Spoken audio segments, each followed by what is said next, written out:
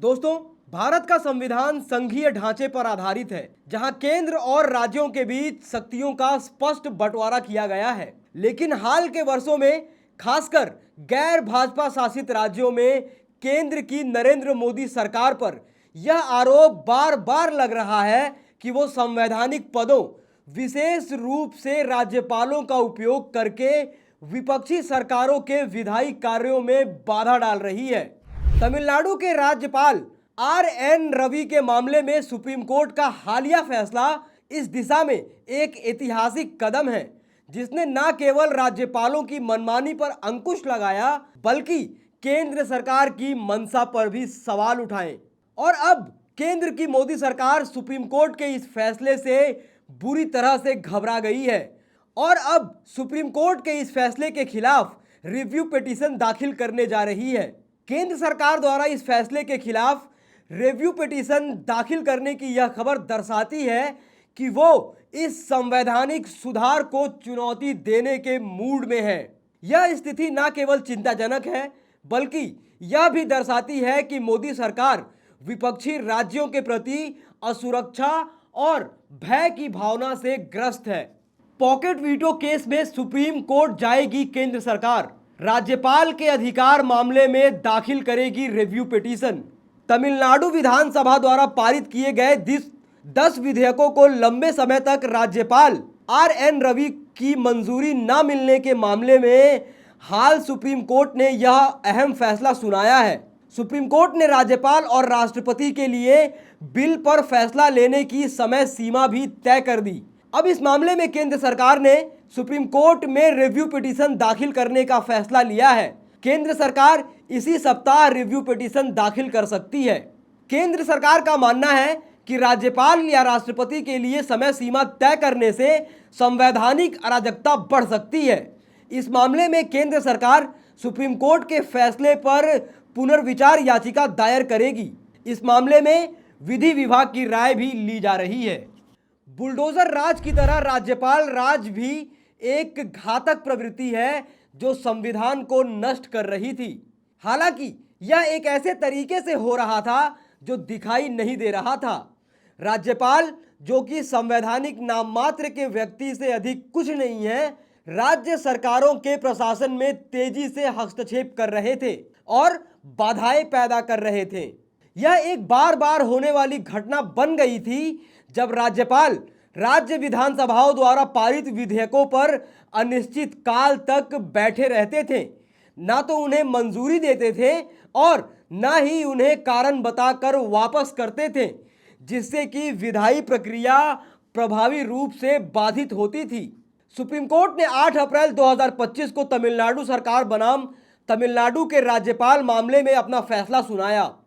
इस फैसले में जस्टिस जे.पी. पाद्रीवाला और जस्टिस आर. महादेवन की पीठ ने यह स्पष्ट किया कि राज्यपाल के पास पॉकेट वीटो का अधिकार नहीं है।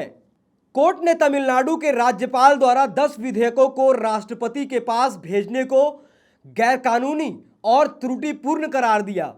इन विधेयकों को राज्य विधानसभा में दोबारा पारित किया गया था और संविधान के अनुच्छेद 200 के तहत राज्यपाल को इन्हें मंजूरी देनी थी। इसके बजाय राज्यपाल ने इन विधेयकों को अनिश्चित काल तक लटकाए रखा और फिर राष्ट्रपति के पास भेज दिया, जो कि संवैधानिक प्रक्रिया का स्पष्ट उल्लंघन था। कोर्ट ने न केवल इन विधेयकों को स्वतः मंजूर मान लिया, बल्कि यह निर्देश भी दिया कि राज्यपाल को 1 महीने के भीतर विधेयकों पर निर्णय लेना होगा और यदि वह उन्हें राष्ट्रपति के पास भेजते हैं तो राष्ट्रपति को 3 महीने के भीतर फैसला करना होगा। यह फैसला एक ऐतिहासिक फैसला बन चुका है और इससे राज्यपाल की शक्ति और जवाबदेही दोनों ही तय हो गई है। यह फैसला इसलिए भी ऐतिहासिक है क्योंकि यह पहली बार नहीं है जब गैर भाजपा शासित राज्यों ने राज्यपालों की मनमानी की शिकायत की हो। पंजाब, केरल, पश्चिम बंगाल और तेलंगाना जैसे राज्यों में भी राज्यपालों द्वारा विधेयकों को लटकाने, सरकार के फैसलों में हस्तक्षेप करने और केंद्र सरकार के इशारे पर काम करने के आरोप लगे हैं। तमिलनाडु में राज्यपाल रवि ने 2020 से 23 के बीच 10 विधेयकों को मंजूरी नहीं दी। इनमें से कई विधेयक कुलपतियों की नियुक्ति से संबंधित थे। यह कदम स्पष्ट रूप से तमिलनाडु की डीएमके सरकार को कमजोर करने की कोशिश थी, क्योंकि ये विधेयक राज्य सरकार को उच्च शिक्षा पर अधिक नियंत्रण देने वाले थे। यह कोई संयोग नहीं है कि ऐसे विधेयक जो विपक्षी सरकार की नीतियों को मजबूत करते हैं, अक्सर राज्यपाल के निशाने पर आते हैं। मोदी सरकार पर अब यह आरोप लग रहा है कि वो राज्यपालों को एक प्रॉक्सी के रूप में इस्तेमाल कर रही है, ताकि उन राज्यों में अपनी सत्ता थोपी जा सके जहां भाजपा चुनावी तौर पर हार चुकी है। यह रणनीति न केवल संवैधानिक भावना के खिलाफ है, बल्कि यह भारत के संघीय ढांचे को भी कमजोर करती है। राज्यपाल, जो संवैधानिक रूप से एक तटस्थ और सलाहकारी भूमिका के लिए नियुक्त किए जाते हैं, केंद्र के इशारे पर विपक्षी सरकारों के लिए रोड़ा बन रहे हैं। केरल के राज्यपाल आरिफ मोहम्मद खान ने कई विधेयकों को मंजूरी देने में देरी की और पंजाब के राज्यपाल बनवारी लाल पुरोहित ने विधानसभा सत्र को ही अवैध ठहराने की कोशिश की। यह घटनाएं दर्शाती हैं कि केंद्र सरकार उन राज्यों को भी कंट्रोल करने की कोशिश कर रही है जहां वो चुनावी तौर पर हार चुकी है और उसका कोई भी राजनीतिक नियंत्रण उन राज्यों पर नहीं है। सुप्रीम कोर्ट का यह फैसला केंद्र की इस रणनीति पर एक करारा प्रहार है।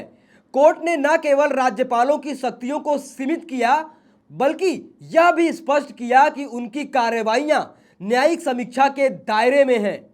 यह फैसला विपक्षी राज्यों के लिए एक बड़ी जीत है, क्योंकि यह सुनिश्चित करता है कि राज्यपाल अब मनमाने ढंग से विधेयकों को लटका नहीं सकते हैं।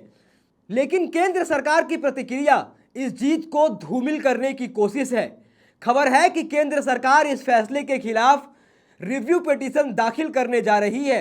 यह कदम यह दर्शाता है कि केंद्र की मोदी सरकार सुप्रीम कोर्ट के इस फैसले से किस प्रकार से डरी हुई है।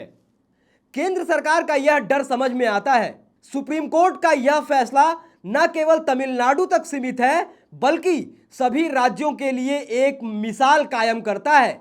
अगर राज्यपालों की मनमानी पर लगाम लगती है तो केंद्र की वह रणनीति फेल हो जाएगी जिसके तहत विपक्षी राज्यों को अप्रत्यक्ष रूप से नियंत्रित करने की कोशिश की जाती है।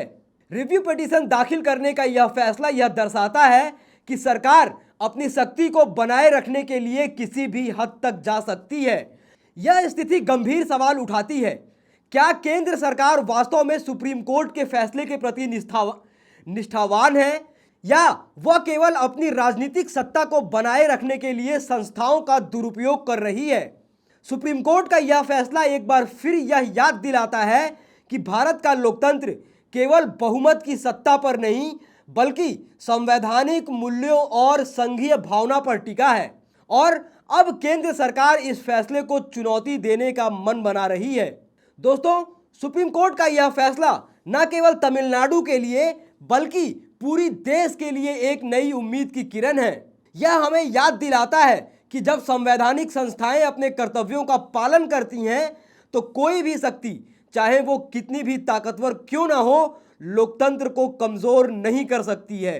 दोस्तों, जिस प्रकार से सुप्रीम कोर्ट ने इस फैसले के माध्यम से यह स्पष्ट किया कि राज्यपाल के पास कोई वीटो का अधिकार नहीं है, यानी कि राज्यों द्वारा पारित विधेयकों को राज्यपाल लंबे समय तक पॉकेट वीटो नहीं कर सकते हैं, पर अब सुप्रीम कोर्ट इस फैसले के खिलाफ रिव्यू पिटीशन दाखिल करने जा रही है। दोस्तों, इस मामले पर आप अपनी राय, टीका टिप्पणी कमेंट बॉक्स में ज़रूर लिखें। बाकी ऐसी तमाम खबरों के लिए देखते रहिए देश नीति। धन्यवाद।